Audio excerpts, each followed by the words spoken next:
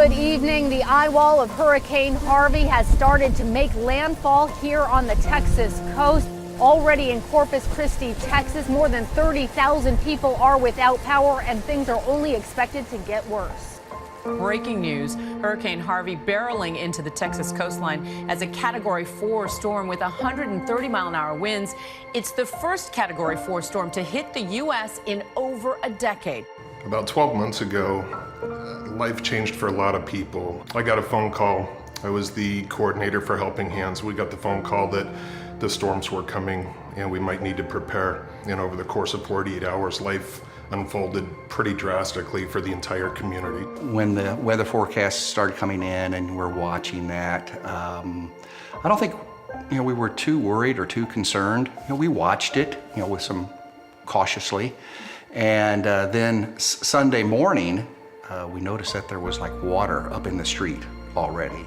And then slowly you just start seeing water kind of seep in from the sides of the walls, and all of a sudden your carpet's covered with water and you're trudging through water, and then all of a sudden you start smelling stuff in your house that is not natural. Sunday morning, the weekend of the storm, we're not really thinking that in 24 hours from then, we're gonna be leaving out our window. I'm trying to hold it together a little bit when we're starting to flag down a boat to come get us out of our house, right? In disbelief, I think we're walking through it, putting one foot in front of the other, not really comprehending the magnitude of what's going on, and seeing so many people being on the corner here, watching boats and people and floats and air mattresses going by with what belongings they could take. Over the first 24 hours after the storm, we were able to mobilize teams and prepare food, make sure people had a home, a safe shelter. The church opened the doors and it was like a floodgate. There was emotional care that was needed. There was physical care for some. There was structural care for their homes. Like that first Sunday after the flood, and we had the service, and Pastor Ken, asked people who were victims or survivors, to stand. Well, the service that we were in, even though there were maybe 600 people at the service, there were maybe 20, 30 people stood up.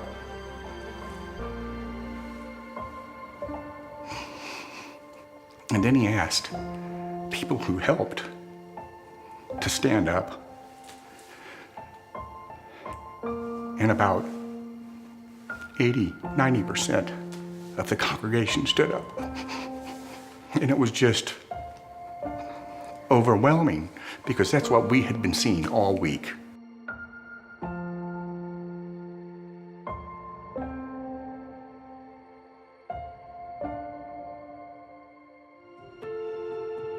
The great thing was that after the storms, everyone showed up. We had 20 guys here, and we got out here at 10 o'clock in the morning, and by 3 o'clock in the afternoon, this house was done. Once the demo started, it was just community, I would say. People coming in repeatedly. And even that first day, people started showing up. And then by the second day, we probably had 12, 15 people in the house starting to help. And throughout the whole week, we went from our house to someone else's house to someone else's house. I know I was putting in 100 hours a week, and I know there are volunteers that did that and then some, because they loved the community, because they wanted to share God and take that love to the community and demonstrate God's love. It was powerful.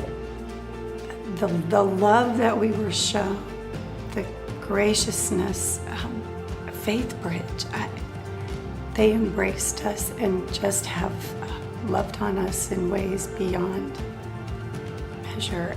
Yeah. That was a hard time. It's it's Kim very said. humbling to be able to say, yeah, I'm in need. We didn't have flood insurance. So how we were gonna pay these people, pay contractors and that kind of thing to come back and start fixing the house or deal with things was a big unknown. You kind of just throw your hands up and you're like, okay, well, We might be living here a lot longer than we want to at my parents' house.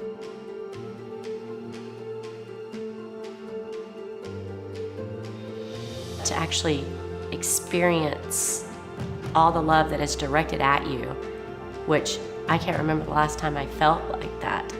I mean, there was a sense of caring for one another, for strangers. I think there was a greater need to be a human being than to be selfish during Harvey. I mean, I wish Harvey would have never happened. I wish we would have never gotten flooded. But all of the good things that have come out of this, the blessings, the gifts, all the help, and just totally eclipsed, the bad part of the flood.